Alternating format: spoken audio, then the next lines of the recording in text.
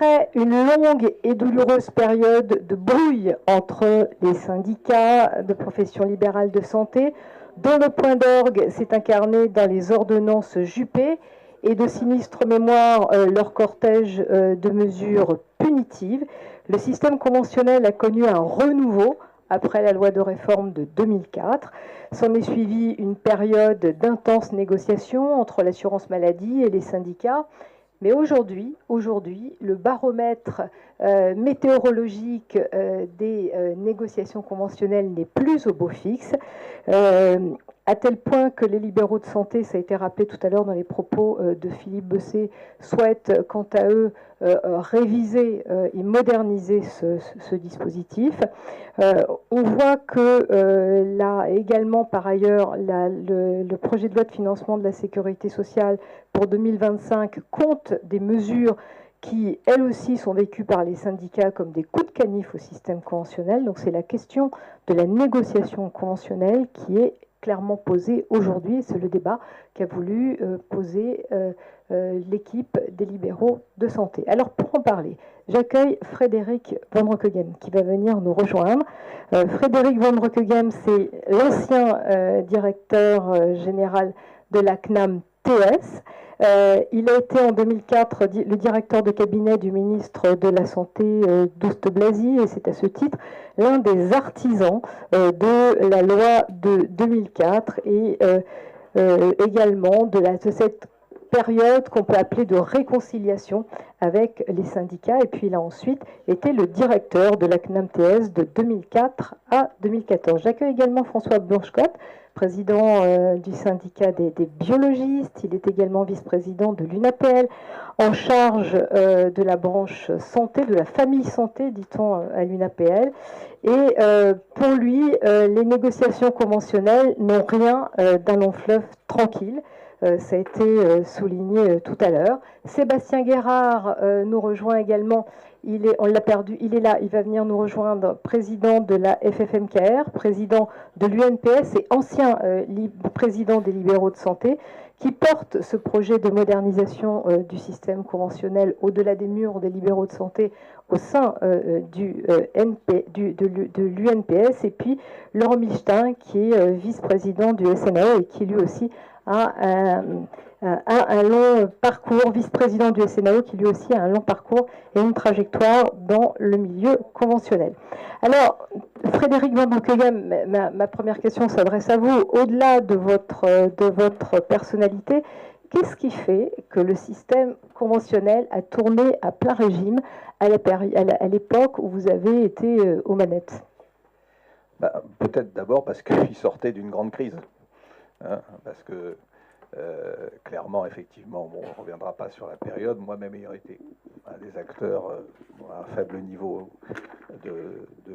du plan dit Juppé, et force est de reconnaître qu'il y avait une volonté politique extrêmement affirmée, qui était préalable d'ailleurs à 2004, hein, qui s'est construite entre 2002 et 2003, avec d'un côté une mobilisation au sein du fameux G7, hein, si ma mémoire est bonne, c'est-à-dire syndicats de salariés, représentants du patronat et représentants des professionnels libéraux, hein, qui ont essayé déjà de construire quelque chose, ou une esquisse d'un compromis politique. Hein, donc, un gouvernement qui souhaitait ardemment se sortir de cette période en fait de brouille avec les professionnels de santé, en particulier libéraux, et clairement, effectivement, une loi de 2004 qui, je pense, était assez claire, on va le voir, sur des points qui me paraissent pour moi assez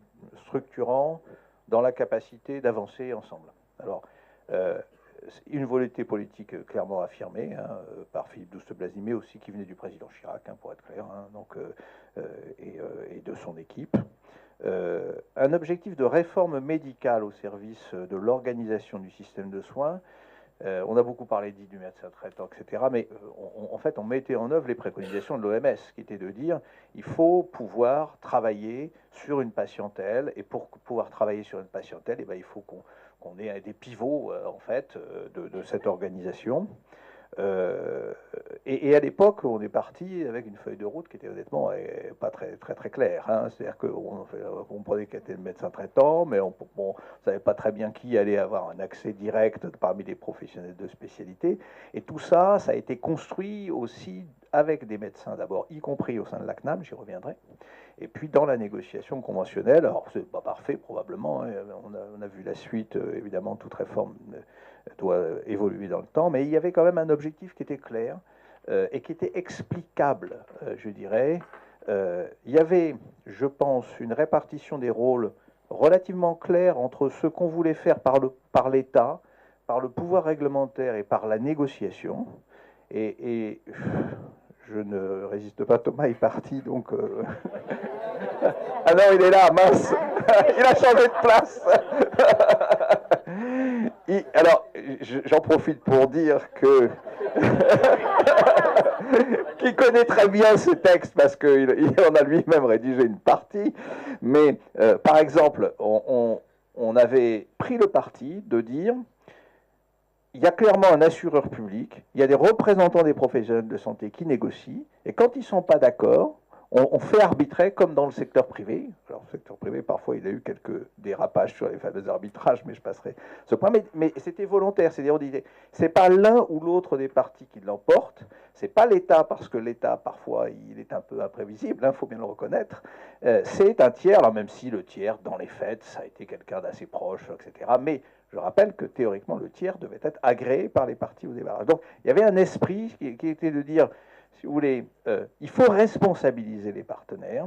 Et responsabiliser, c'est aussi une exigence. Hein, donc, une exigence pour les syndicats de professionnels. On y reviendra sur les questions de représentativité, je pense, plus tard. Il y avait aussi, c'est une période où il y a eu, je pense, une représentation professionnelle relativement stable, paramédicale et médicale, hein, j'insiste, avec des syndicats qui effectivement avaient la capacité, je dirais, de prendre des responsabilités parce qu'ils avaient une assise et une représentativité relativement forte. Bon, j'en profite pour saluer Michel Chassan, entre autres, ainsi qu'un certain nombre de mes partenaires historiques.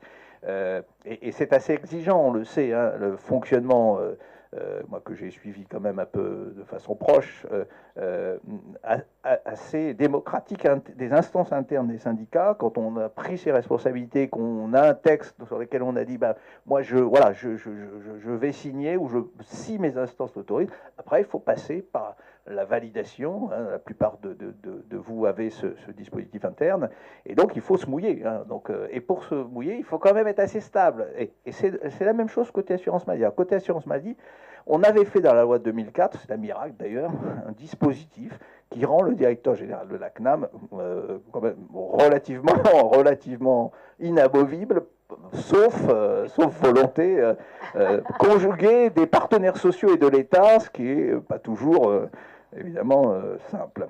Et donc, il y a la stabilité, vous voyez, des partenaires, leur capacité à prendre des responsabilités, parce qu'on va y venir tout à l'heure, il y a une pression financière qui est quand même réelle, et puis il y a des pressions sociales, les besoins des patients, etc. Donc tout ça participe en fait de la capacité de signer et donc de la vitalité du système conventionnel. Et puis, je conclurai là-dessus, clairement, à l'époque, on avait restructuré l'assurance maladie. Hein. Donc, à la tête, et là, de ce point de vue-là, le médecin conseil national de l'époque, Hubert Allemand, a accepté que nous fusionnions nos équipes, puisque, pour simplifier, en gros, il y avait un silo de médecins conseils, il y avait un silo de caisse primaire, il y avait de la statistique, mais elle n'était pas du tout médicalisée. Et donc, on a d'abord restructuré la CNAM en disant clairement l'assurance maladie. Et de ce point de vue-là, moi, l'esprit, c'est bien d'aller vers la santé. Hein, on est d'accord. Hein, donc, c'était de dire bon, bah, on change. Et ce n'est pas 400 personnes au niveau régional en interrégime qui vont s'investir dans le système de santé et l'offre de soins et aussi les relations avec les patients, parce que on n'oublie pas que l'assurance maladie, ce n'est pas que les relations avec les professionnels de santé, c'est aussi l'éducation et les remboursements et l'accès aux soins des patients. Donc, et ça, c'est une réforme à la tête nationale, au régional, hein, et avec effectivement un objectif qui était de dire c'est au niveau local que les choses, et départementales, puisque derrière on a fait une restructuration des caisses avec une départementalisation, ce qui n'est pas le cas, mais c'est au plus proche du terrain aussi que les choses doivent se faire. Et donc, mais je dirais, à la fin des fins, donc du politique jusqu'aux institutions de régulation, il y avait effectivement, clairement, une vision de réconciliation avec les professionnels de santé, qu'on devait aller vers la maîtrise médicalisée, qu'on ne construirait pas une évolution du système sans la contribution des professionnels de santé et plus généralement de l'offre de soins. Et c'est cet esprit-là, vous voyez, qui a prévalu. Alors je passerai sous silence mais qui a prévalu vraiment, en particulier avec en 2004, 2005, on est allé entre guillemets vendre la convention médicale conjointement avec les syndicats. Et on a fait le tour. Alors il y a des endroits où il y avait du monde. Je me souviens en particulier à Besançon un soir, donc on était quasiment aussi nombreux que le nombre de médecins qui étaient dans la salle. Mais il y avait, vous voyez, une volonté de dire on construit ensemble. On a trouvé un accord sur des objectifs et ben on s'engage. Et ça a fonctionné. Et je dirais ça, c'était la partie médicale, mais derrière, on a réussi. Alors c'est aussi l'élément majeur, c'est la confiance en fait en réalité entre les partenaires. On a réussi à construire avec les infirmiers une évolution assez substantielle du mode de régulation. On a réussi à modifier, c'était le premier, en particulier, on a mis en place des programmes d'accompagnement. Je me souviens, on s'était traité de tous les noms au début, bien sûr, parce que les réformes ne sont pas simples. Mais voilà, c'est quelque chose d'assez impalpable, vous voyez, c'est de dire, il y a un moment donné, on arrive à créer une alchimie qui fait que ça fonctionne.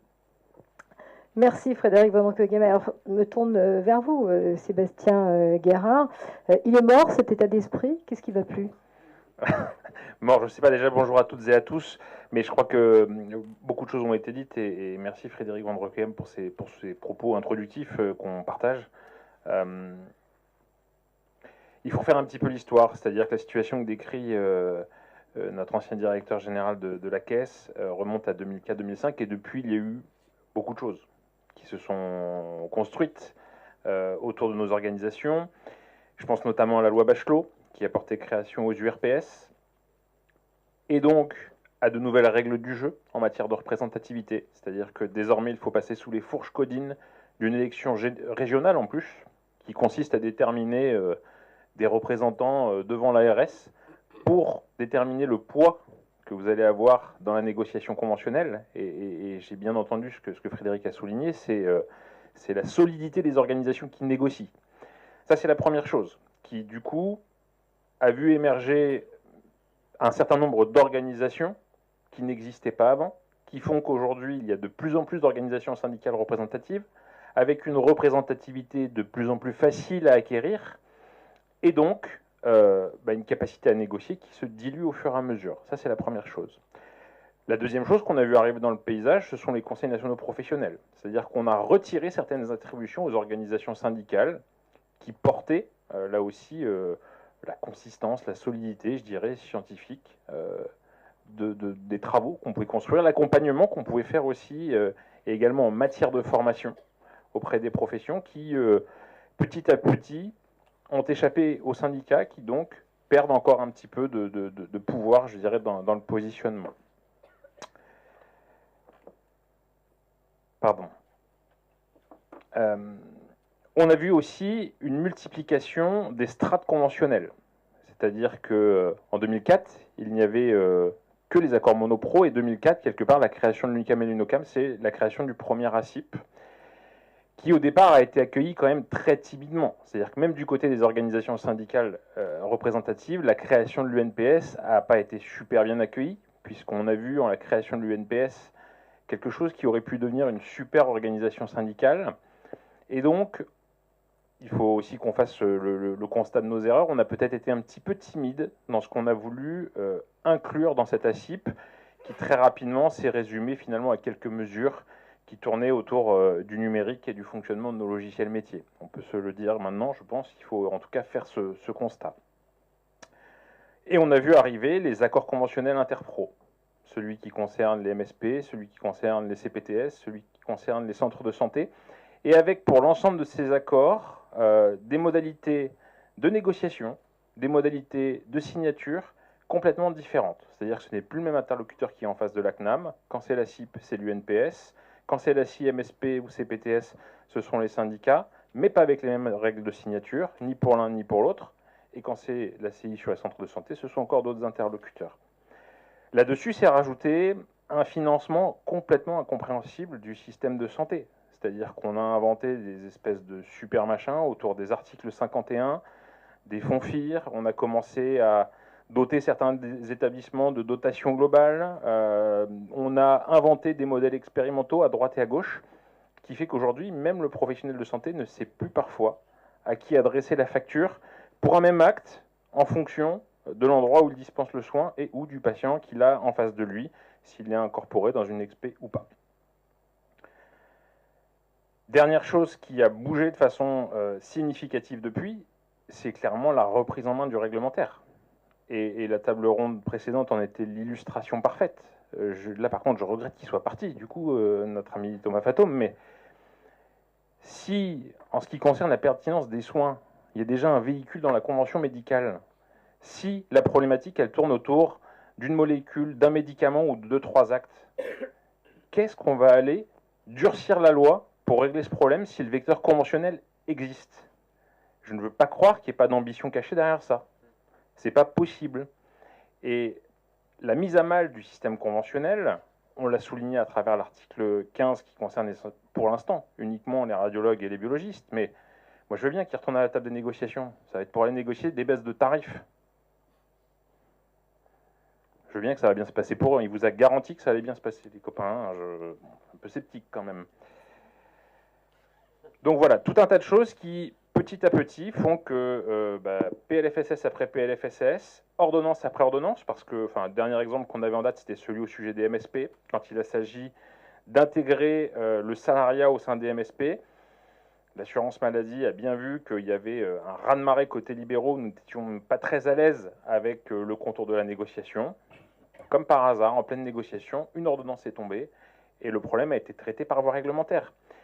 Ce sont tous ces éléments-là qui, mis bout à bout, affaiblissent les syndicats. Alors probablement parce que c'était plus facile pour négocier de leur côté, et je l'entends, sauf qu'à force d'affaiblir aujourd'hui les organisations qui portent les conventions, elles sont de plus en plus difficiles à déployer.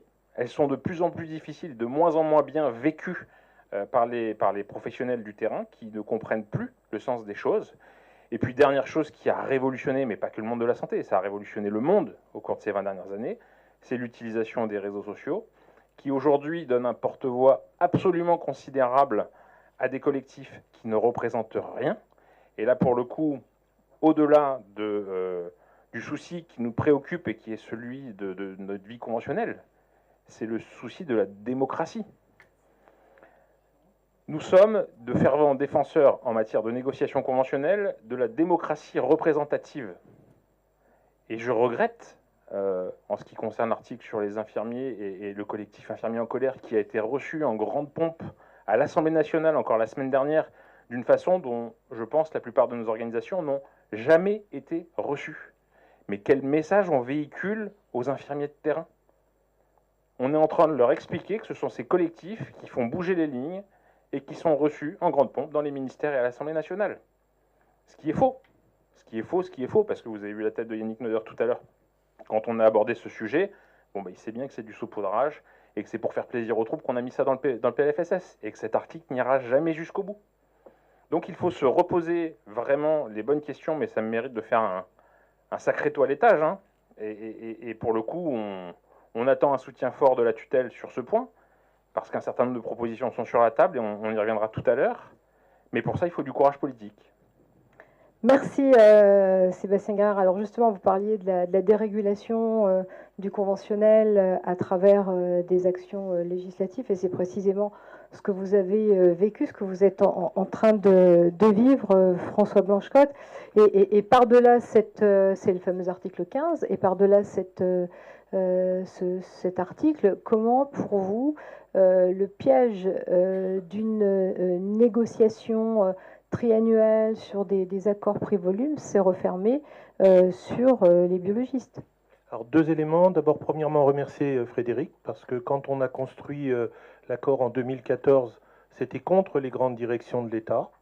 Nous avons choisi, effectivement, les radiologues avaient déjà commencé en 2013, mais nous avons choisi de signer un accord pour 3 ans de régulation prix-volume.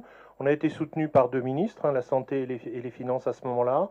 Et c'est grâce à cet esprit que tu soulignais tout à l'heure, c'est-à-dire de confiance, de fait qu'on avait une parfaite réalité des choses et qu'on savait que l'échappement des volumes conduirait à des dépenses et que le Parlement ne régulerait pas forcément de cette manière-là.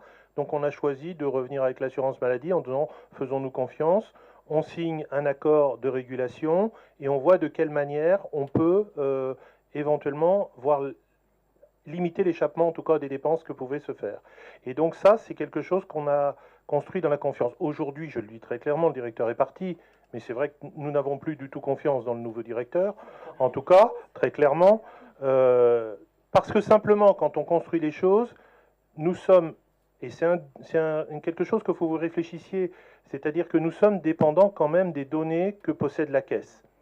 Nous n'avons pas de tiers arbitre qu'on pourrait consulter, qui serait un arbitre effectivement tout à fait honnête et qui vous dirait très exactement la situation dans laquelle vous êtes de vos dépenses.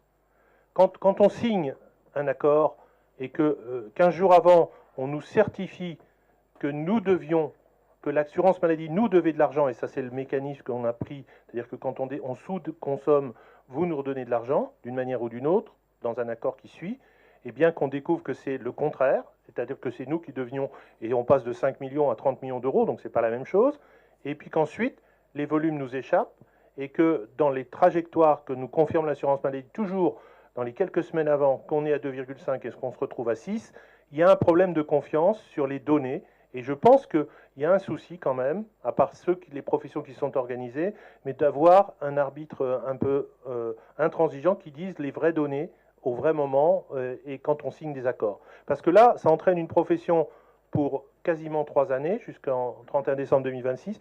Et moi, je me souviens très bien, quand j'ai appelé Thomas Fatome, c'était l'après-midi, il me dit, t'as signé? J'ai dit non, j'ai pas signé, j'ai fait signer tous les syndicats. En 2 heures, on a signé tous les syndicats. Et il me dit, moi je suis pas prêt, j'ai même pas fait ma com. Je me rappelle de cette phrase-là. Et aujourd'hui qu'on se retrouve 1 an plus tard dans des discussions, et c'est l'objet du comité de suivi qu'on avait créé, et qu'on te dit, les vraies données sont celles-ci, tu as signé un accord, en gros tu t'es fait avoir, mais il faut que tu continues à payer, d'où 360 millions à redonner. Et ce qui est le pire dans cette décision, c'est que le mois d'août a suivi et que la commission qui a décidé, toute seule, puisqu'on a refusé d'y aller, a entériné ces notions au JO le 11 août. Donc moi, c'est ça qui m'ennuie, c'est que dans cet article 15, on porte en germe le fait qu'à un moment donné, en gros, on te met un pied sur la tempe, on te dit, écoute, est-ce que tu as le choix, tu acceptes ou pas? Si tu acceptes, on ne tire pas, mais si tu acceptes, bon, on va pas tirer, mais si tu n'acceptes pas, dans 4 mois, on tirera de toute façon. Donc, c'est vrai que vous avez besoin d'un arbitrage et peut-être que les négociations ne se poursuivent pas pendant des années ou des mois parce que ça n'aboutira pas.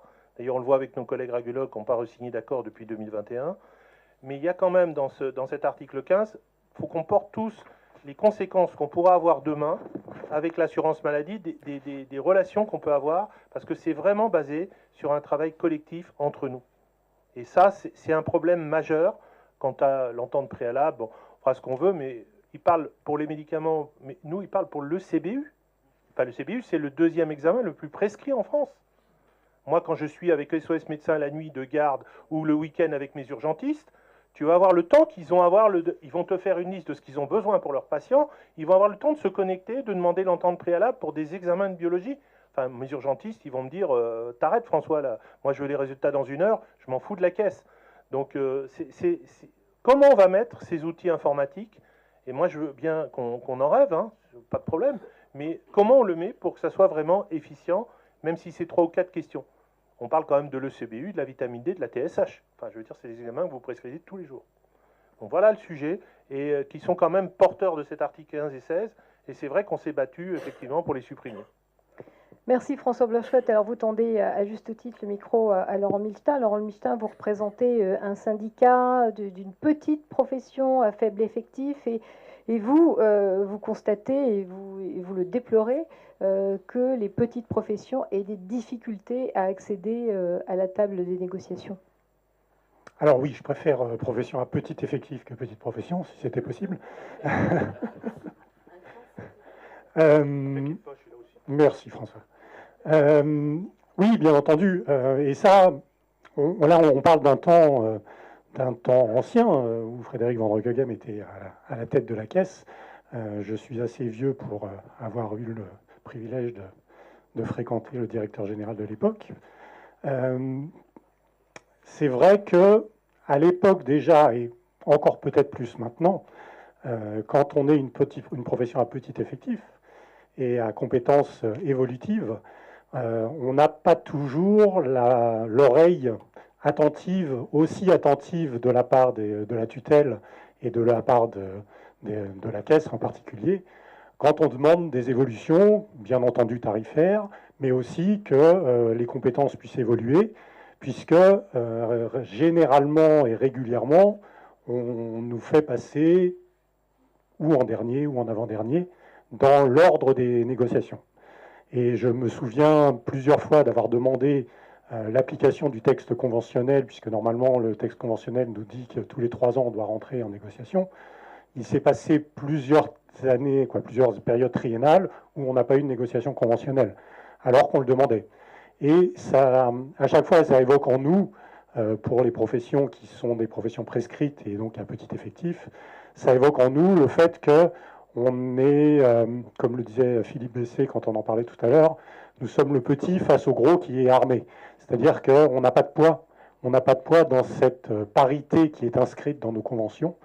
On a du poids puisqu'elle est inscrite, mais on aura beau tambouriner, tempêter, se rouler par terre et hurler qu'on a besoin très rapidement d'évolution tant que l'ordre établi n'est pas renversé, on a beaucoup de mal effectivement à avoir l'oreille et la capacité de nuisance, peut-être on n'a pas assez de capacité de nuisance, c'est possible, pour pouvoir un petit peu entrouvrir les portes et bousculer les ordres établis. J'ai rien contre les négociations médicales qui sont très très très régulières et qui permettent de faire évoluer la santé publique et la prise en charge de la population. Mais bien entendu, on sait que dans des enveloppes relativement dédiées et relativement fermées, s'il reste des miettes, elles seront pour nous, s'il en reste. Parce qu'il en reste malheureusement pas toujours. Et je rends le micro tout de suite après, mais ce qui me fait penser aussi, et on en avait discuté en interpro et avec le directeur général actuel, c'est que aussi dans les négociations des autres professions, entre autres les médecins, se discutent parfois des arbitrages et des articles conventionnels qui vont impacter nos professions paramédicales et prescrites. Et on n'est pas invité à ce moment-là. Ça nous tombe dessus sans qu'on ait eu mot à dire ou oreille à être présent pour entendre ce qui se passait. Et après, charge à nous de nous dépêtrer avec ça.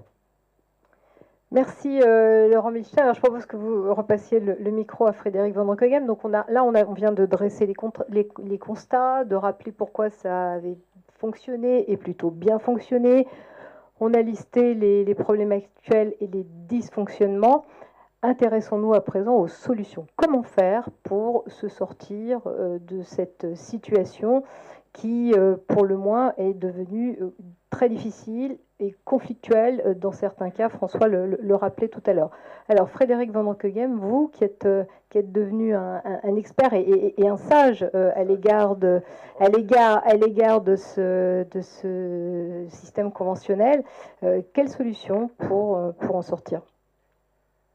Je ne sais pas si je suis un sage, mais enfin, ce qui est sûr, c'est que je ne suis pas dans le système, donc ça me donne un peu de recul. Donc, alors effectivement, on a évoqué ce qui peut, quand ça peut bien fonctionner. Force est de reconnaître quand même qu'il faut si on veut se poser la question comment peut-on rebondir, on ne peut pas le faire sans finalement aussi lister les sujets qui font qu'il y a quelques grains de sable dans la négociation conventionnelle. Alors on a évoqué effectivement les déficits.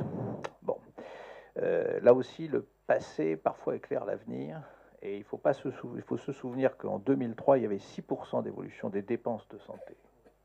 6%. Et là, on est dans une période historique où on a maintenu sur ces 10-15 dernières années, à l'exception de quelques rares cas où il y avait des élections présidentielles parfois, les dépenses remboursées par l'assurance maladie entre 2, parfois légèrement inférieures à 2. Moi, j'avais toujours dit attention, en dessous de 2, il va y avoir un problème. D'ailleurs, en général, il y en a eu un. Et là, on est à 2,8 si ma mémoire est bonne. Donc, dans un contexte où l'inflation a certes diminué, mais elle est supérieure à ce qu'elle n'a été sur les années antérieures à la crise du Covid. Et donc, force est de reconnaître que le pilotage des dépenses est quand même assez serré. Des dépenses remboursées dans un contexte où on ne dérembourse pas. Au contraire, le taux de remboursement de l'assurance maladie a tendance, vous le savez, à s'accroître légèrement chaque année. Bon, comme on connaît l'épidémiologie, là, il y a tout le travail qui a été fait par l'assurance maladie dans son rapport de proposition des années, qui est assez clair, qui montre on a fait une analyse un peu par pathologie ou par processus de soins, l'épidémiologie, on voit la pression, si vous voulez, qui s'exerce sur le système. Et il est vrai, je crois que les dépenses sont quand même relativement bien maîtrisées. Alors si les dépenses sont bien maîtrisées, pourquoi est-ce qu'il y a des déficits, vous allez me dire? C'est assez simple finalement. C'est que l'assurance maladie, elle joue le rôle d'amortisseur dans les périodes de crise. Et si vous regardez l'historique des déficits, vous apercevez que il plonge, et là il a plongé très très fort effectivement dans le cadre du Covid, parce que non seulement c'était une crise économique, mais en plus c'était une crise sanitaire. Donc on a eu les deux effets, et on ne fait que recouvrer en gros une trajectoire qui est encore fragile. Et la question qui peut se poser effectivement, c'est dans quelle mesure les professions de santé doivent aussi, entre guillemets, payer l'addition. Et voilà, c'est bien sûr une question qui peut se poser. Il y a quand même une tendance à l'administration. On disait tout à l'heure, effectivement, avant la loi Bachelot, il n'y avait pas d'ARS. Donc là, on a rajouté une couche administrative. Il y a beaucoup de pays où il y a des agences régionales, hein, je le dis clairement, mais force est de reconnaître qu'on rajoute des couches et on n'en supprime pas. On rajoute des instances, on rajoute des discussions, pas de négociations, souvent. Hein. Et il faut bien reconnaître qu'on peut se poser la question de savoir si toute cette administration est productive ou pas productive.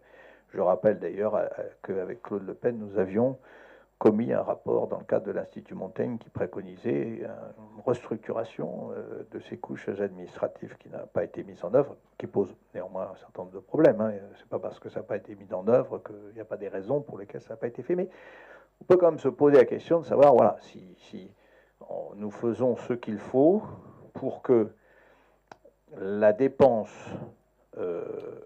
qui est issue des contributions de nos concitoyens entre guillemets, soit d'abord utilisé pour soigner et accessoirement pour administrer. Hein. Je rappelle que moi j'ai supprimé 16 000 emplois à l'assurance maladie pendant 10 ans. Bon. Chaque jour, ce n'est pas très simple hein, d'assumer ça à titre personnel, mais je me disais, ça permet de financer des postes d'infirmières dont on a besoin. Donc ça aussi, la question effectivement de bien administré, pas suradministré, je pense que c'est une question qui est réelle. Alors, clairement, la question de la coordination avec le reste de l'offre de soins hors libérale, entre les libéraux, d'abord, vous l'aviez évoqué, mais la réalité du terrain, c'est quand même la question de la coordination entre ce qu'on appelle la ville et l'hôpital. Enfin, on sait que l'hôpital, c'est des hôpitaux publics, des cliniques privées. Dans les cliniques privées, il y a des médecins libéraux. Donc, ces sujets-là, ils sont réels, le SMR, etc. Donc ça, c'est pas bien pris en compte dans ce dispositif conventionnel. l'adaptation au territoire, hein, c'est aussi régulièrement une question qui est posée en disant, alors à l'époque on avait des régions qui étaient quand même relativement petites, maintenant on a des régions dont je ne sais pas très bien ce qu'elles représentent par rapport au territoire, hein, mais la question, on est tous implantés les uns et les autres, il y a des Parisiens, mais en général on a toujours un bout d'implantation donc en province. On sait bien que les maires s'inquiètent, ça nous renvoie bien sûr à la répartition des professionnels de santé. De ce point de vue-là, j'ai bien entendu ce que le président du Vulder a dit, et qui est moi je partage ce que vous dites, c'est-à-dire que je pense que si les professions ne prennent pas en main leur devenir, par voie de conséquence, c'est les autres qui le prendront en main. Ça, c'est ma conviction très profonde. J'ai aussi une autre conviction, c'est que c'est toujours plus facile de dire aux autres « vous devez faire ça » que de se l'appliquer à soi-même. Et donc, quand on est une minorité, ce qui est le cas des professionnels de santé, une minorité par rapport à une majorité, c'est comme quand on vous demande si vous êtes favorable à la réforme des retraites, vous dites oui, mais quand on vous demande si c'est pour vous, vous dites non. Et donc, c'est toujours plus facile de prescrire aux autres que de s'appliquer à soi-même. Mais je pense que la convention, ou plutôt les accords, sont un système moderne de management de cet ensemble de santé. Donc, j'ai la chance d'avoir aussi passé une partie de ma vie en entreprise. On ne fonctionne pas en management en disant tu vas faire ci, tu vas faire ça, c'est fini. Ça fait 15 ans que c'est... Enfin, plus que ça. Des dizaines d'années qu'on a arrêté ça. C'est-à-dire qu'on dit aux gens, vous êtes responsables, on contractualise sur des objectifs, il y a un dialogue, et, bon, bien sûr, il faut que ce soit faisable, mais on essaye au maximum de responsabiliser. Et pourquoi? Parce que c'est un levier beaucoup plus fort que d'imposer. Alors ça ne veut pas dire qu'il ne faut pas y avoir de contrôle, mais c'est de la même manière qu'aujourd'hui, si les gens s'arrêtent au feu rouge, c'est pas parce qu'on a mis un gendarme ou un policier derrière chaque feu, sinon ça ne marcherait pas. Donc, mais ça veut dire qu'ils connaissent les règles, ça veut dire que s'ils passent, peut-être, il va se passer des trucs de façon certaine, et c'est aussi le sens de la responsabilité, c'est-à-dire qu'ils savent que sinon le carrefour est assez rapidement bloqué. Donc clairement, la question effectivement de l'impact des accords conventionnels, elle est posée sur la question, sur la répartition des professionnels et sur les déserts médicaux. Donc, et clairement, quand il y a un problème qu'on ne prend pas en compte, la nature ayant horreur du vide, il ne faut pas s'étonner que régulièrement, il y a un amendement parlementaire qui sort, etc. Donc, par contre, si on réfléchit avec effectivement la capacité de convaincre, c'est pas simple. Parce qu'on sait tous que nos enfants, s'ils ne sont pas médecins, n'ont peut-être pas envie d'aller s'installer, prenons le hasard en Creuse, voilà, ils n'ont pas nécessairement envie. Donc, s'ils sont médecins, ils n'ont pas plus envie que les autres, d'accord? Mais il n'en reste pas moins qu'il y a une responsabilité, c'est vrai, qui est particulière des professionnels de santé, parce qu'ils ont en main la santé de la population. Et enfin, je dirais, il faut aussi que les institutions publiques regardent elles-mêmes, et il faut bien reconnaître que leur rôle respectif n'est pas d'une grande clarté. Et il faut bien reconnaître que l'État n'a pas complètement arbitré clairement qui fait quoi. Alors on évoque les articles 51, disons les choses. Il y a des conceptions différentes et non arbitrées au sein des personnes qui sont investies de par leur fonction de mission publique. Je pense aux directeurs, aux sous-directeurs, aux agents des caisses. Et le champ des possibles est infini. Donc on peut aller à l'article, on a des dotations, etc. Bon, voilà. Et le fait qu'il faut bien reconnaître une insuffisance de clarté du qui fait quoi, ça crée un peu d'un désordre. Et de ce désordre, alors, il y a des choses qui peuvent émerger, donc des expérimentations qui sont peut-être utiles, et ça crée, entre guillemets, un mouvement. Mais à un moment donné, il faut mettre un peu d'ordre dans tout ça, parce que sinon, les gens n'y voient plus clair. Donc il y a quand même tous ces problèmes-là qu'il ne faut pas nier. Alors une fois qu'on a dit ça, comment on s'en sort, c'est ça la question qui est posée. Alors d'abord, c'est un problème très compliqué, il faut bien le reconnaître. Et donc moi, j'ai pas, voilà, un schéma complètement bouclé, parce que je pense qu'on n'a pas assez travaillé pour réformer. Mais d'abord, je pense qu'il faut s'en sortir avec une conviction et des principes. La conviction, moi, que je porte, et je pense que la ministre, d'ailleurs, l'a exposé aussi clairement, c'est qu'on ne peut pas manager un ensemble aussi important que le système de santé et l'offre de santé sans associer l'offre de soins et les représentants de cette offre à l'évolution de ce système. Et je dis volontairement les représentants de l'offre. Je ne parle pas seulement des professionnels libéraux. Je pense aussi aux médecins dans les hôpitaux, je pense aussi aux paramédicaux, je pense aussi parfois au système social qui s'interface. Et donc je pense que ça, voilà, c'est une vision moderne de l'évolution des choses. On ne peut pas tout administrer.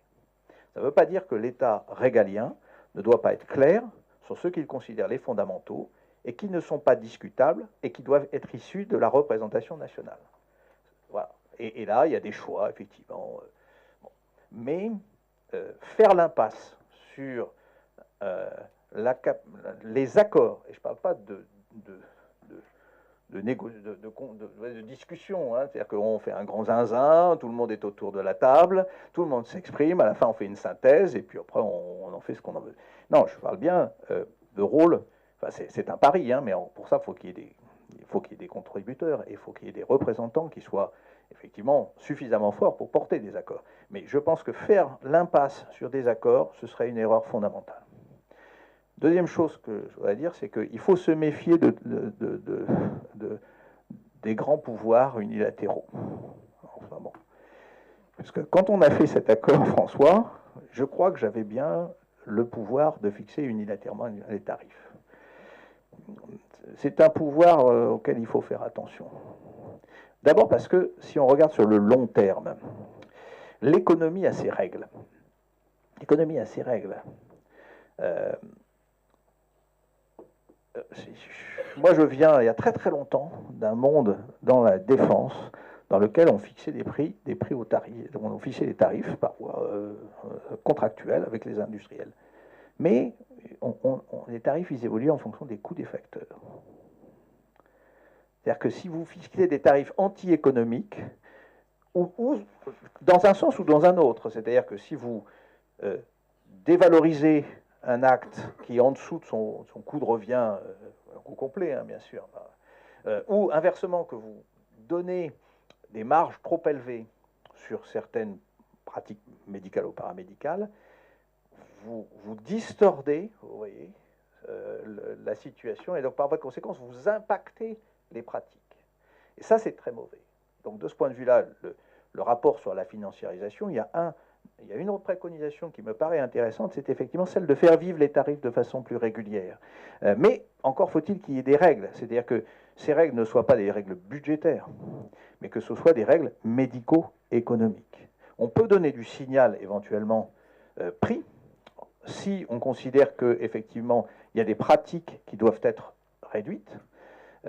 Mais il faut quand même, vous voyez, qu'il y ait un sous-jacent de réflexion sur la manière dont on fixe ces tarifs.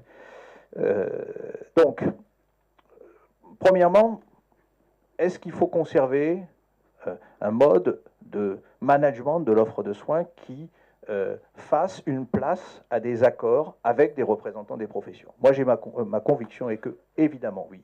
Et que, évidemment, c'est beaucoup plus moderne que ce qu'on peut le penser. Puis j'ai aussi une conviction, c'est que ça protège l'État.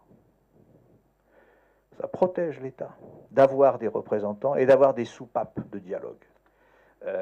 La deuxième chose, c'est que, et je vais vous dire ma conviction, c'est qu'il faudrait aller plus loin dans le champ des représentants de l'offre que l'on associe à ce pilotage contractuel. La difficulté étant que là où c'est compliqué, effectivement, c'est que ces accords sont souvent par représentants, libéraux en plus, salariés. Bon. Les hôpitaux, c'est encore un autre problème. Donc, d'ailleurs, de ce point de vue-là, je note que les cliniques privées et les représentants des libéraux parfois se rejoignent, hein, comme ils se sont rejoints, je crois, assez récemment. Mais effectivement, il y a quand même la réalité de la situation vis-à-vis du patient, c'est quand même que quand il arrive dans une clinique et qu'il est opéré, bah, il y a les médecins, puis il y a tout l'environnement autour, et tout ça pour lui ne fait qu'un tout. Bon. Donc, vous voyez, il y a ce sujet de la coordination avec le reste de l'offre de soins et aussi le sujet des territoires qui sont quand même une impasse dans cette affaire. Et ça, je pense qu'on devrait essayer de trouver des solutions pour répondre à ces questions qui sont légitimes et qui sont posées par les élus par ailleurs. Il y a le sujet du pluriannuel. Alors là, la convention, le système conventionnel, il a ce gros avantage, énorme avantage, de pouvoir faire du pluriannuel. Alors certes, il y a l'ONDAM, etc., mais quand même les conventions peuvent prévoir, et elles ont déjà prévu, des accords pluriannuels échelonnés. Et ça, c'est une chance extrême parce que beaucoup du reste de la régulation du système de l'offre de soins ne dispose pas de cette visibilité et ne peut pas en disposer. Et puis, sur le fond, je pense qu'on n'a pas assez travaillé. C'est-à-dire qu'il y a pas mal de choses qui ont été faites. En gros, le travail qui a été fait par l'assurance maladie, c'était d'essayer d'avoir une vision, non pas sur la dépense par professionnel de santé ou par offre de soins, mais par finalité. C'est-à-dire pour qui, quel patient soigne-t-on, avec un objectif à terme qui était de se poser la question de savoir si on allait dans le bon sens. C'est-à-dire que si on apportait une amélioration de la santé, et de ce point de vue-là, le fait que nous ne mesurions pas le gain en espérance de vie du travail qui est fait est un trou majeur dans la réflexion.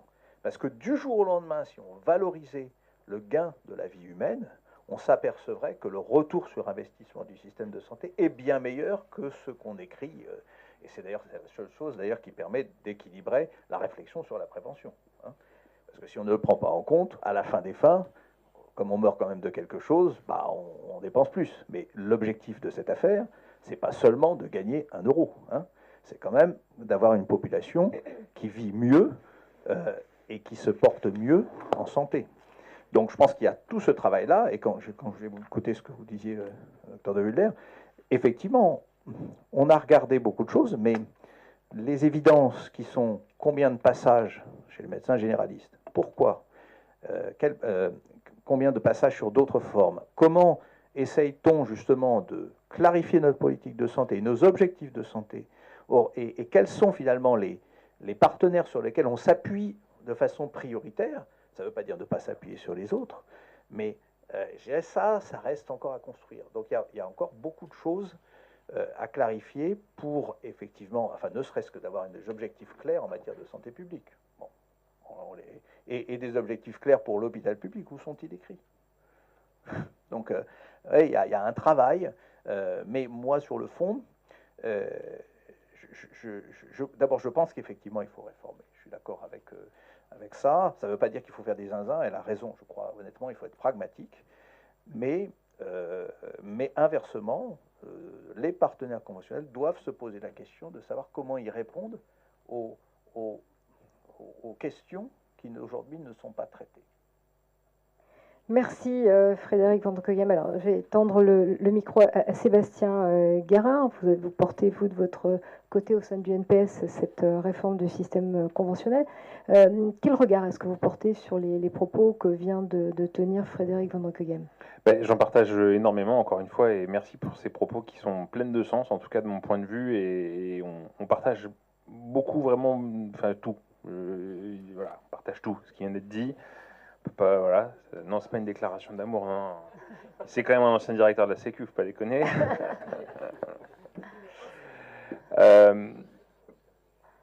La rénovation du système conventionnel, moi, de mon point de vue, doit d'abord passer par une réforme de la représentativité.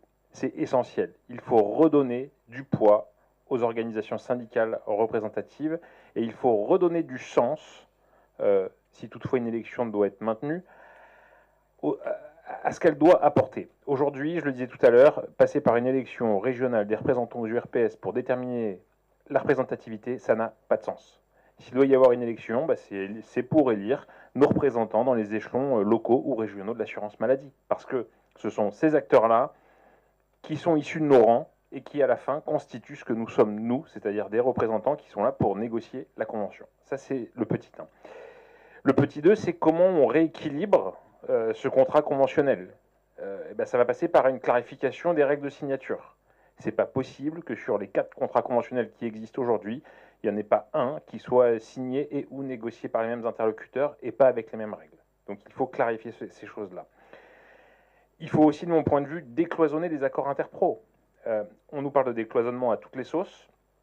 On essaye de faire des accords qui sont là pour réguler l'interpro et définir les modalités de coordination au sein des ACI. Et on les a toutes cloisonnées et organisées les unes à côté des autres en silo. Pourquoi ne pas avoir aujourd'hui un accord cadre interpro plus puissant, plus solide, qui regroupe toutes ces modalités de coordination? Déjà, ça évitera à l'assurance maladie de payer 3 à 4 fois la même coordination, parce que malheureusement, dans les faits, c'est ce qui se produit. Et puis ensuite, et là, ça peut être une révélation, mais l'ensemble des organisations représentatives de l'UNPS à 90% sont favorables à un durcissement des règles de représentativité. Donc il faut s'attaquer à ces règles qui aujourd'hui sont plutôt arbitraires et surtout où les résultats de l'enquête de représentativité ne sont pas faits dans la transparence intégrale. Il faut qu'on redonne de la transparence à ces enquêtes de représentativité pour redonner la légitimité aux organisations que nous sommes. Et puis, enfin, il faut faire évoluer les règles du fonctionnement de la négociation conventionnelle. Aujourd'hui, on fonctionne avec des accords quinquennaux qui peuvent être dénoncés. Est-ce que ça a encore du sens dans le monde dans lequel on vit?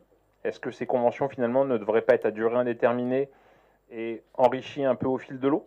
Ce qui éviterait d'ailleurs peut-être les attentes terrain du grand soir. C'est-à-dire que quand vous n'avez pas eu une négociation pendant 5, 6, 7 ans, forcément, les attentes du terrain sont extrêmement importantes et souvent sont déceptives. Donc il faut revoir cette règle à tout prix. Donc nous, on propose la mise en place d'un cycle triennal de négociation qui viendrait enrichir une convention à durée indéterminée. On pense qu'une partie des revenus, alors bien entendu pas nécessairement les lettres clés, pas forcément tout, mais doit être indexé en partie sur l'inflation, ce qui permet également de lisser au fil de l'eau les décrochages en termes de revenus, puisque c'est quelque chose qu'on observe. Et puis revoir le PLFSS dans sa construction, aujourd'hui qui est annuel. On doit aller vers une loi de programmation pluriannuelle, c'est indispensable. Et le fait d'aller vers une loi de programmation pluriannuelle devrait nous permettre quelque part de supprimer ces stabilisateurs économiques qui aujourd'hui sont là aussi complètement incompris du terrain. C'est pas acceptable après une bataille de plusieurs mois, voire des fois une année complète de négociations. Les professionnels doivent attendre encore plus de 6 mois avant de pouvoir toucher les premières revalorisations, alors que les contraintes et les contreparties sont applicables dès la date de signature. C'est là qu'on commence à pas être d'accord peut-être. Et puis, dernière chose qui me semble fondamentale et donc que je partage, la vraie question à se poser aujourd'hui, c'est comment on réussit à institutionnaliser les relations entre les professionnels de santé et les OCAM, parce que ces relations sont très institutionnalisées avec la CNAM, beaucoup moins avec les OCAM, qui malgré tout payent quand même un bout de la note, et je pense qu'on a peut-être des choses à se dire et des choses à contractualiser ensemble. Et comment on institutionnalise les réseaux entre l'UNPS et la représentation des professions de santé et les fédérations hospitalières et les patients. Parce que là aussi, en matière de financement, d'actes, comment on peut imaginer que tant d'actes soient partagés entre l'hôpital et le secteur libéral, parfois entre les libéraux eux-mêmes, et ne soient pas au même tarif. C'est un vrai sujet. Merci Sébastien Guérard. Alors, autre réaction, François Blanchecotte, peut-être sur ces propos. Ne pas laisser l'État décider seul, gouverner seul, sera une erreur? Oui, tout à fait. Mais je sais pas s'il marche, mais il faut être prêt, je crois.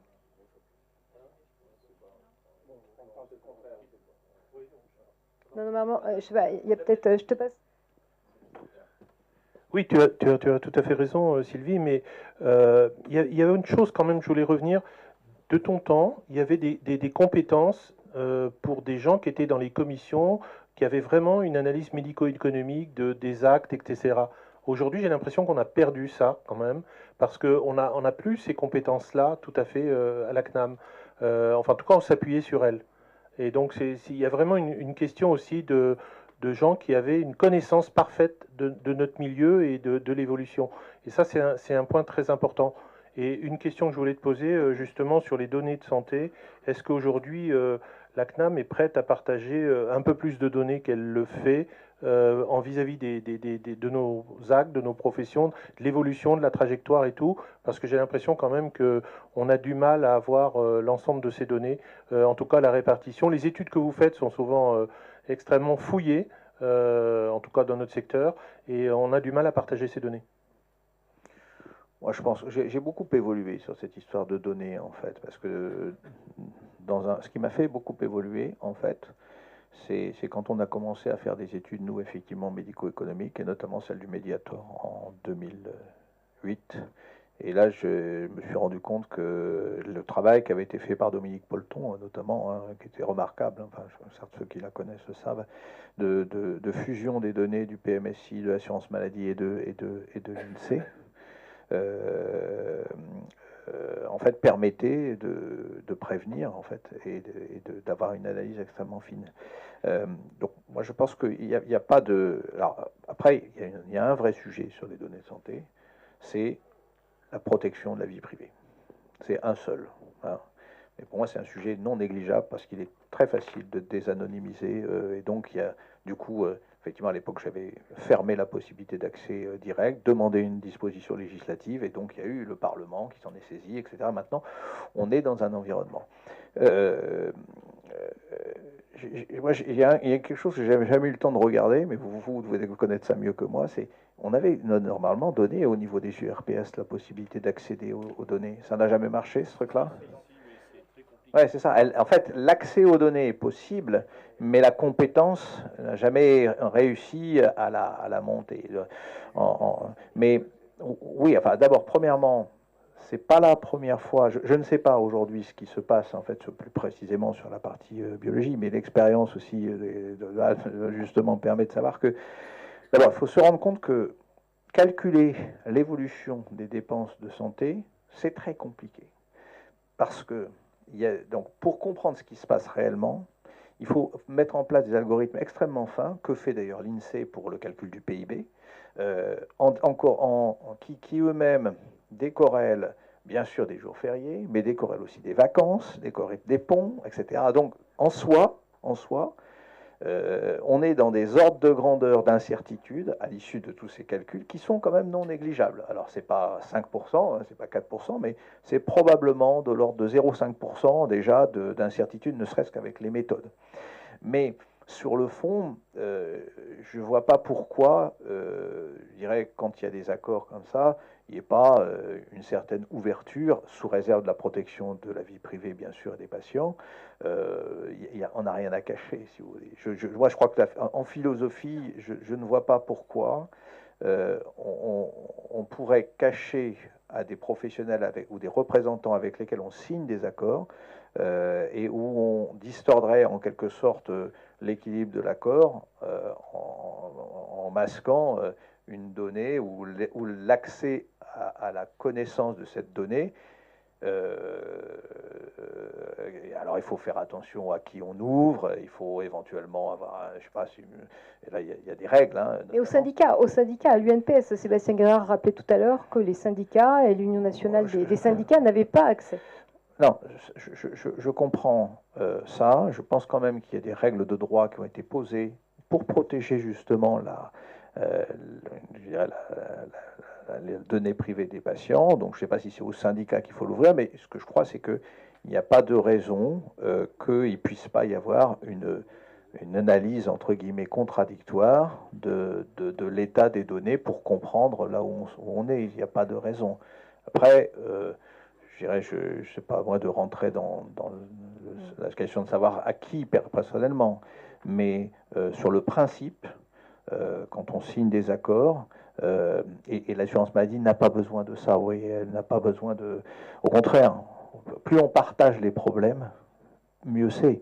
Allez, les directeurs, les DSI dans les entreprises le savent très bien. Ceux qui cachent leurs difficultés, ils meurent, en fait, hein, d'accord? Parce qu'en général, ça pète. Ceux qui sont les plus malins, ils disent, ben voilà, il y a un problème là. Donc, et à partir du moment où vous partagez votre problème, bah, déjà, vous avez plus de chances de trouver la solution. Et puis la deuxième chose, c'est que la personne qui est en face de vous, bah, elle est bien obligée de se rendre compte. Donc je ne vois pas pourquoi, vous voyez, il n'y a pas de raison sur le fond. Hein. Laurent Mistin, sur ces propositions d'évolution, est-ce que vous vous y retrouvez? Est-ce que vous les partagez? Oui, oui, bien entendu. Nous nous y retrouvons. Alors, là, je parle en mon nom, mais peut-être au nom de ma profession. Moi, ce que je regrette, alors effectivement, vous, tout à l'heure, vous parliez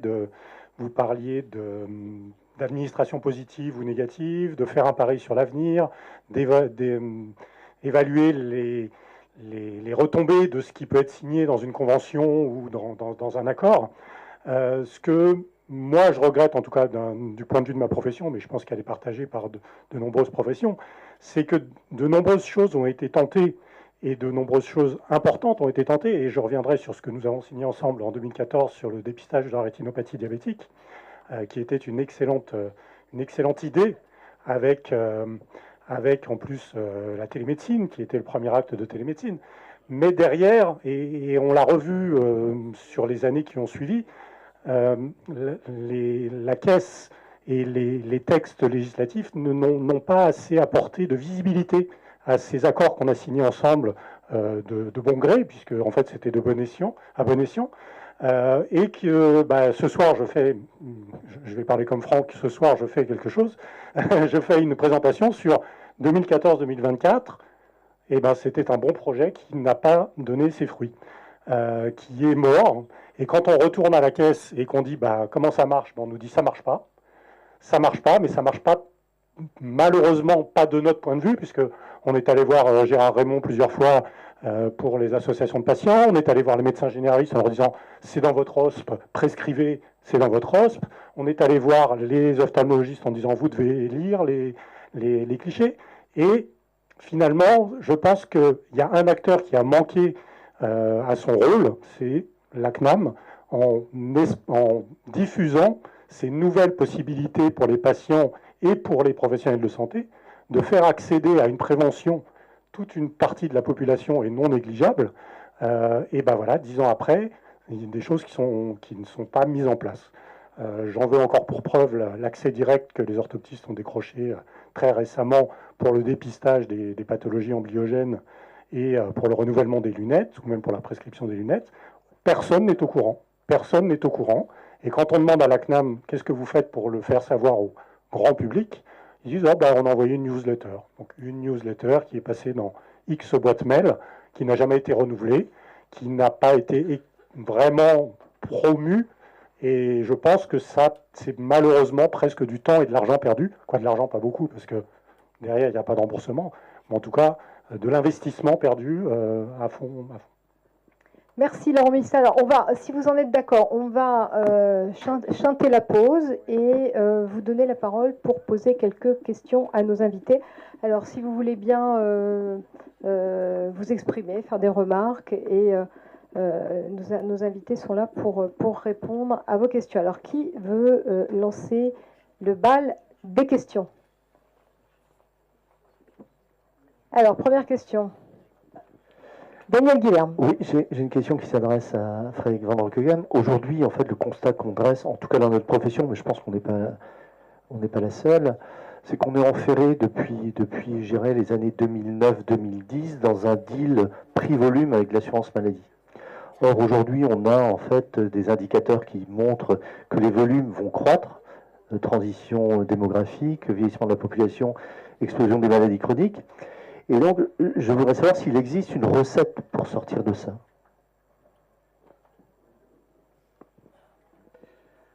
En fait, il y a deux sujets, en fait. Le premier sujet, c'est les macroéconomiques.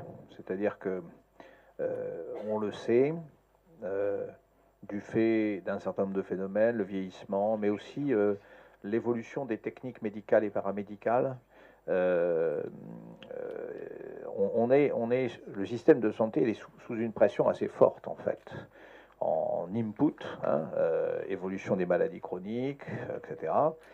Et donc, on a mis en place un système de régulation qui est l'ONDAM, mais bon, après, multiples réformes organiques, etc. Et on a par ailleurs, de fait, une contrainte qui est un peu différente cette année, je vois, mais qui est que on a déjà des prélèvements obligatoires relativement élevés et on rechigne à dérembourser. Bon.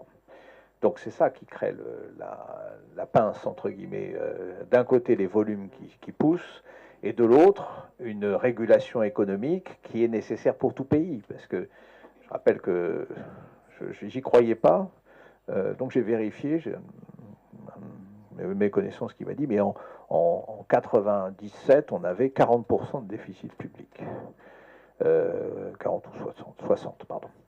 Et donc, on est au-dessus de 100 cette année. J'ai vérifié, c'est effectivement le cas. Donc, on a quand même un sujet qui est réel. Et je dirais, si on n'avait pas une monnaie unique avec le reste des États européens, je pense on aurait dû prendre quelques décisions comme on les a prises pendant de très nombreuses années, dans les années 60. Donc on a des déficits publics qui sont anormalement élevés, un niveau de dette publique qui est probablement trop élevé, voilà, la pince entre guillemets volume-prix. Tant qu'on ne décide pas d'injecter de l'argent privé dans le système, ce qui renvoie peut-être, je suppose, à ce que vous évoquiez, mais à la fin des fins, il faudra payer. Donc, il faudra payer. Alors, une manière quand même d'éviter que les additions ne soient trop lourdes, c'est d'essayer de mettre en face des introductions des nouveaux traitements, des introductions de nouvelles techniques médicales, une machine à faire des gains de productivité là où se faire se peut, soit en exploitant justement ces nouvelles techniques médicales qui peuvent effectivement faire gagner non seulement des années de vie, mais aussi du temps de travail. Alors, on pourrait prendre des exemples fameux. Je salue le ministre d'ailleurs qui vient d'arriver, donc ce ne sera pas très long. Mais comme l'anesthésie de la cataracte, qui avant a été une piqûre, voilà, et qui a été ensuite une goutte. Donc, il y a des techniques médicales qui apportent des gains de productivité, des gains de temps. Il y a aussi des médicaments qui peuvent apporter non seulement une amélioration de la durée de la vie, mais aussi une réduction des coûts, et notamment des coûts hospitaliers. Donc il y a cette contrepartie-là qu'il faut bien exploiter. Et puis, alors c'est plus facile à dire qu'à faire, puisque comme je le rappelais tout à l'heure, on est toujours plus prescripteur de réformes pour les tiers que pour soi-même. Mais moi je crois qu'effectivement que sur l'hôpital public, il y a des choses à faire. Parce que j'ai le sentiment qu'il y a quand même une certaine souffrance des personnels. Et pour avoir dirigé une assez grande organisation, je sais que quand on a des sujets d'organisation qui sont imparfaites, à la fois, vous pouvez injecter de l'argent, mais si vous ne changez pas les organisations, ça ne change pas la souffrance des personnels.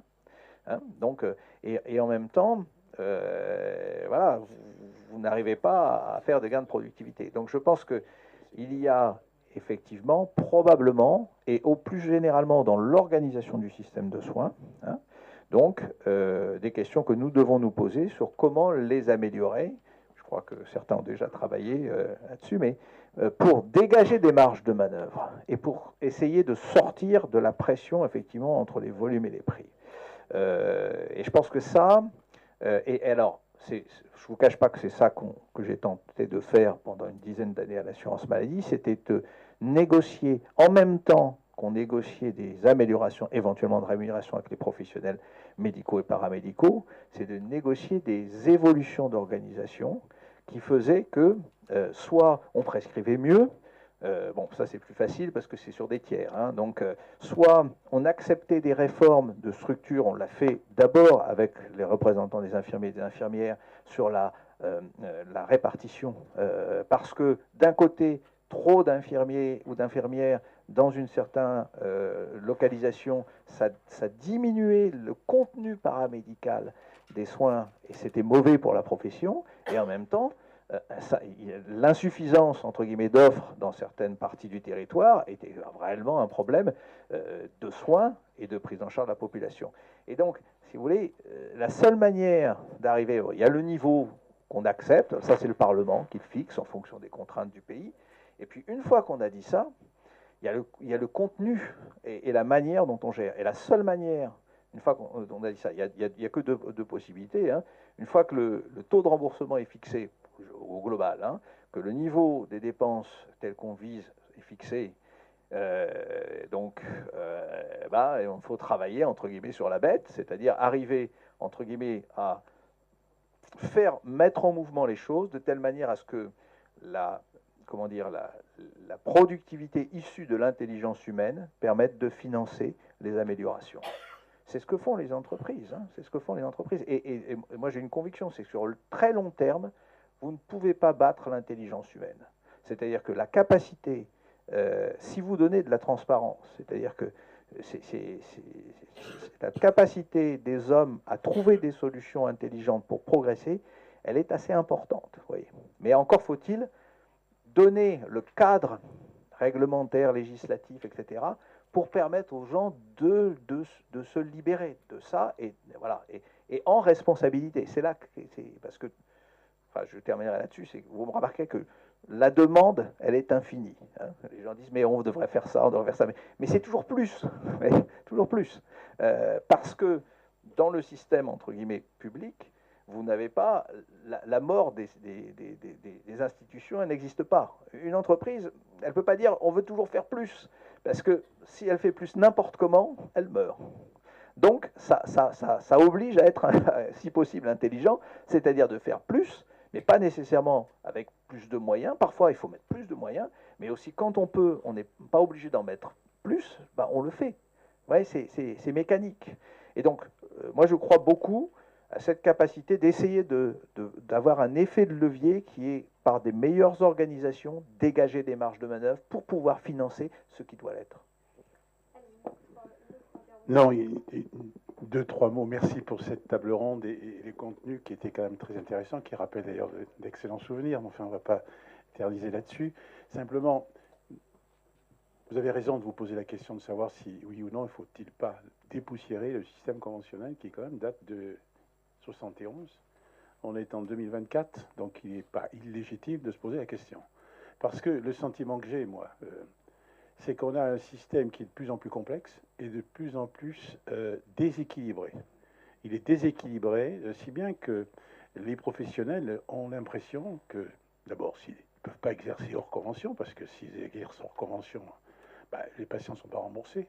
Là, il y a quand même quelque chose qui est, à mon avis, à revoir.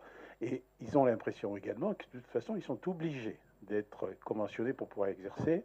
Et donc, la convention se résulte d'une négociation, et cette négociation est déséquilibrée dans la mesure où, effectivement, les négociateurs professionnels n'ont pas les chiffres. Enfin bon, je vois que la bataille des chiffres n'est pas finie, elle continue.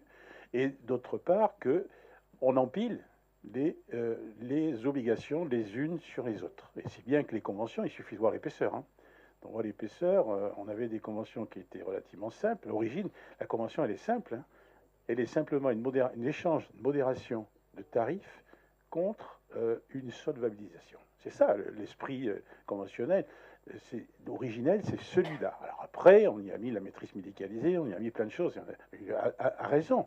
Mais là, aujourd'hui, franchement, la barque est vraiment très chargée, si bien qu'un syndicat qui signe une convention aujourd'hui, il a la certitude, surtout quand on reste dans le cadre qui est électoral qui est le nôtre, pour fixer la représentativité, de perdre des élections. Et donc de sortir affaibli. Ça veut dire que signer avec le diable, c'est ça en fait. Aujourd'hui, si on n'est pas suffisamment fort, c'est avoir l'assurance qu'on va perdre en représentativité et être moins fort et donc moins représenté. Ça, c'est un vrai problème quand même. C'est un vrai sujet. Alors pour pallier tout ça, on a inversé les choses. Souviens-toi, on avait les élections qui suivaient la signature de la Convention. Alors c'était le comble. Hein. Là, là, maintenant, on fait des élections avant. Hein. Je crois que le système électoral tel qu'il est à revoir. Dans bien des domaines, on l'a changé. Pour les prud'hommes, il n'y a plus d'élection. Pour le CPSTI, il n'y a plus d'élection. Pardon, il n'y a plus d'élection. La représentativité réelle d'une force syndicale, c'est en fait sa capacité à mettre en œuvre un texte qu'elle a signé. C'est pas parce qu'on a des élections qui ont permis de faire un beau score qu'on est capable, pour autant, les coordinations en sont le parfait exemple, de mettre en place un système conventionnel. Je vous remercie, monsieur. Je vous propose d'enchaîner tout de suite. Merci.